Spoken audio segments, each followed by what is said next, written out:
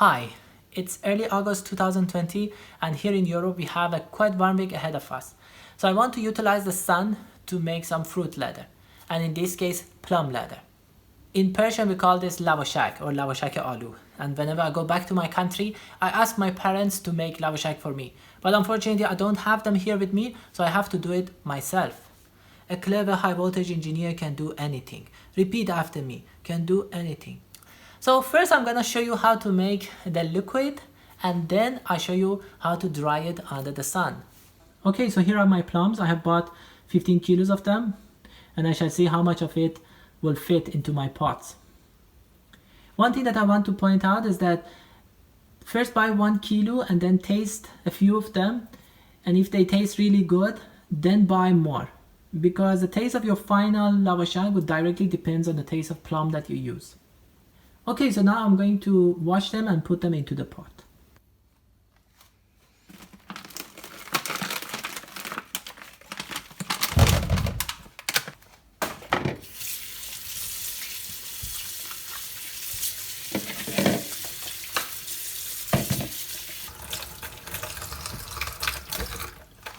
Okay, so I will use these two pots to boil the plum, and this one is a reserve one. I will use it to extract the core of the plums later on. So first thing that we have to do is to add half a cup of water into each pot. And then we add the washed plum into this. So now I continue washing more and will add to this pot.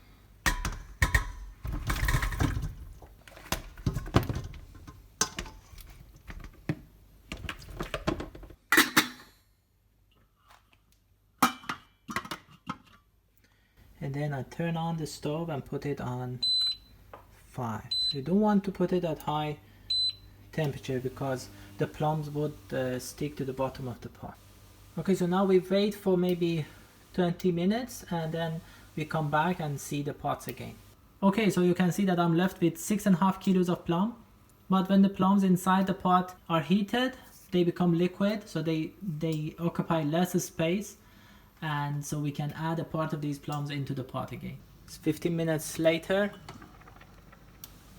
You can hear that water is boiling on the bottom of the pot, but still we don't see anything here, so we just close this and also close this.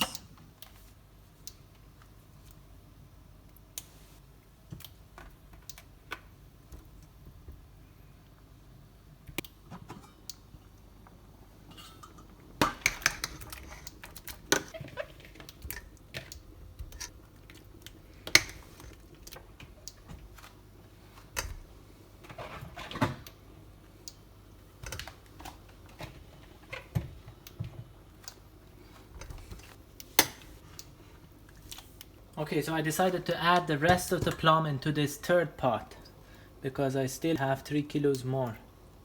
So I take some of the water .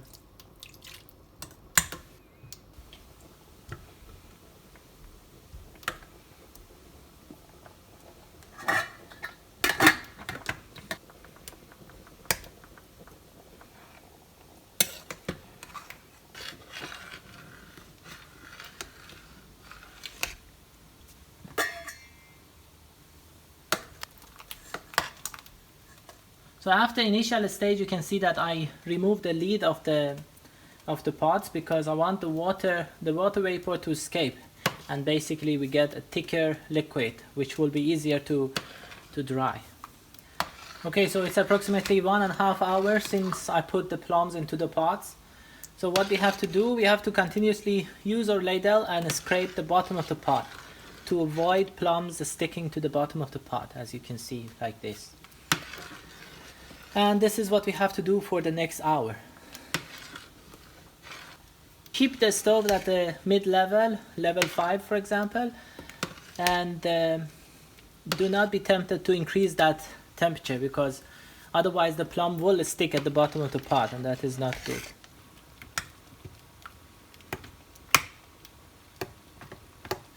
Okay, so now it's approximately 2 hours after I put the plums into the pot. I'm going to empty one of these pots and use a sieve to remove the pits.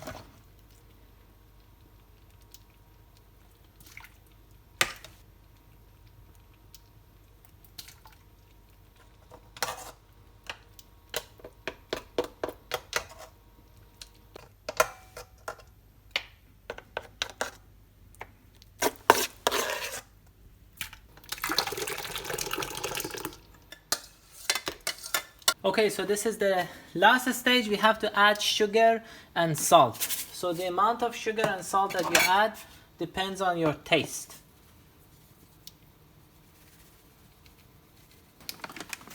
And then some sugar.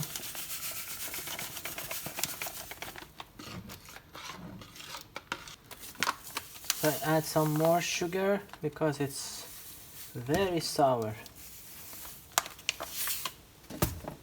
You have to do it until you are happy with the taste.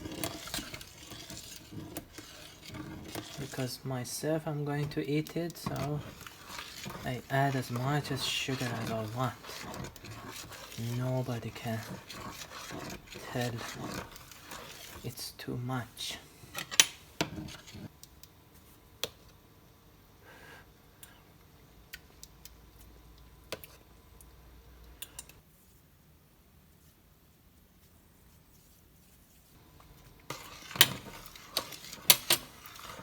Now the taste is more or less good,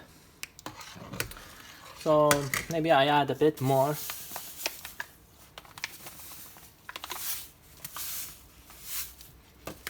I think that is enough. So then you have to stir it a little bit, a few minutes more, and then leave it to cool down. Okay, so this is the final liquid plum, the puree. Now I'm going to prepare the place where I'm going to dry this. Okay, so here I have some cardboard, which I use them every year to make Lavashak.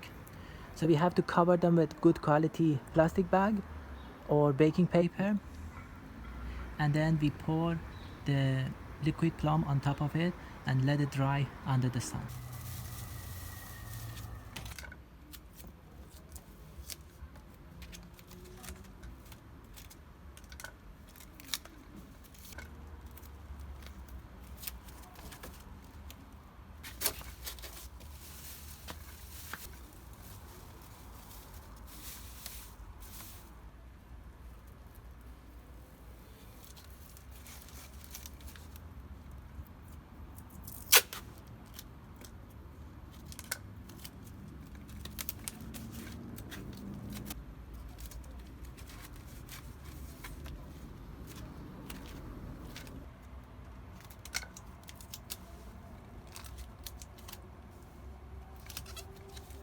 Okay, so I have prepared all the cardboard and plastic bags. Plastic bags is a proven technology for me, so most of it is plastic bag in this case. I made one of them with baking paper, and we will see how will it turn out.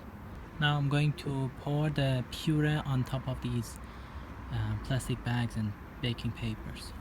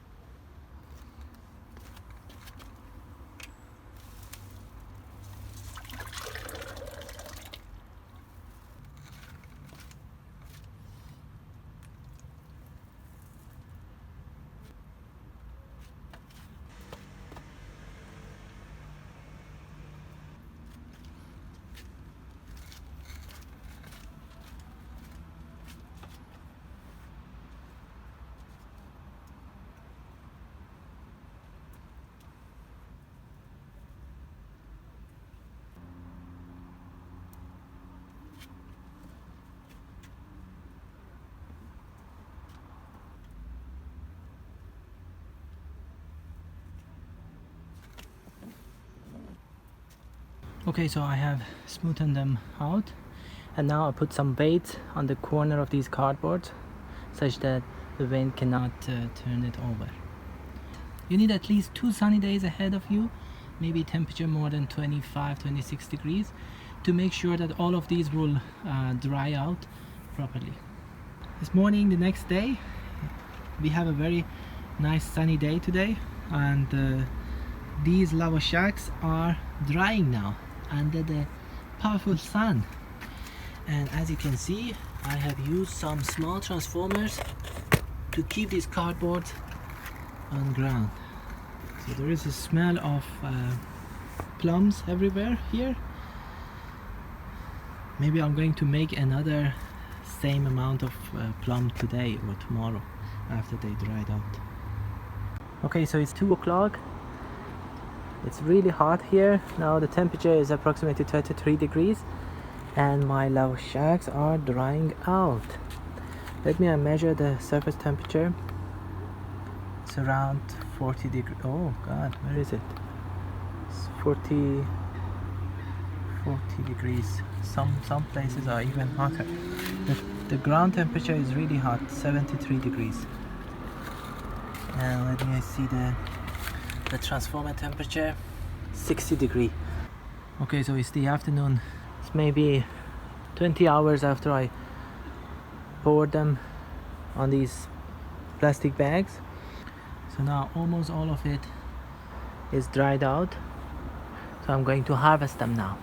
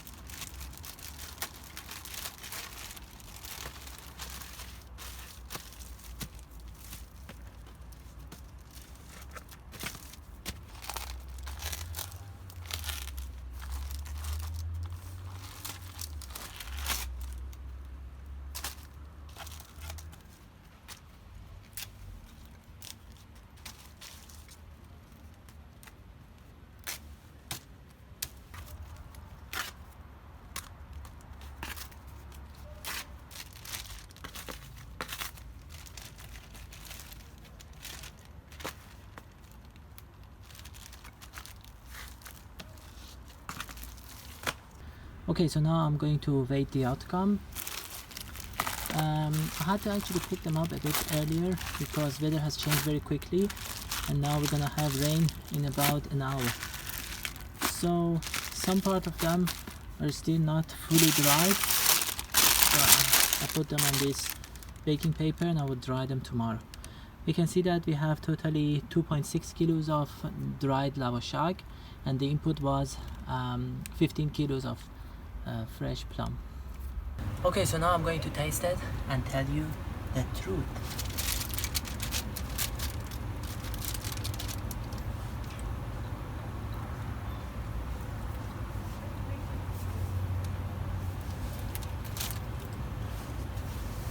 The truth is that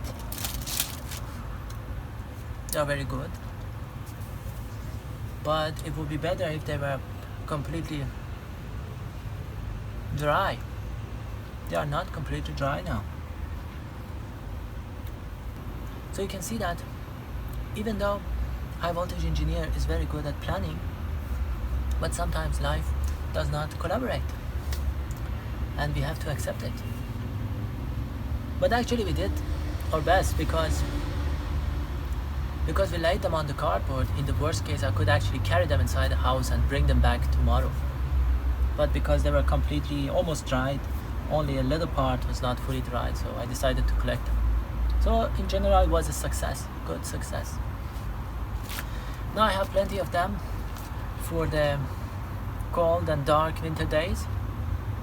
I'm going to make another set like this. Some part of it I have to give to my friends because her kids like them a lot, so I have to share with them. Yeah. Now I think it's going to rain soon. so I have to go inside. Okay, bye.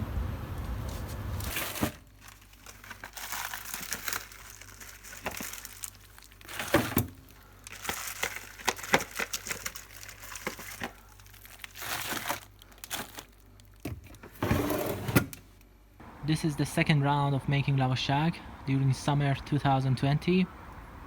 From now onward we will have many rainy days, so I think this was the last opportunity to make Lavashak this summer. Now I'm going to harvest them and store them in my fridge.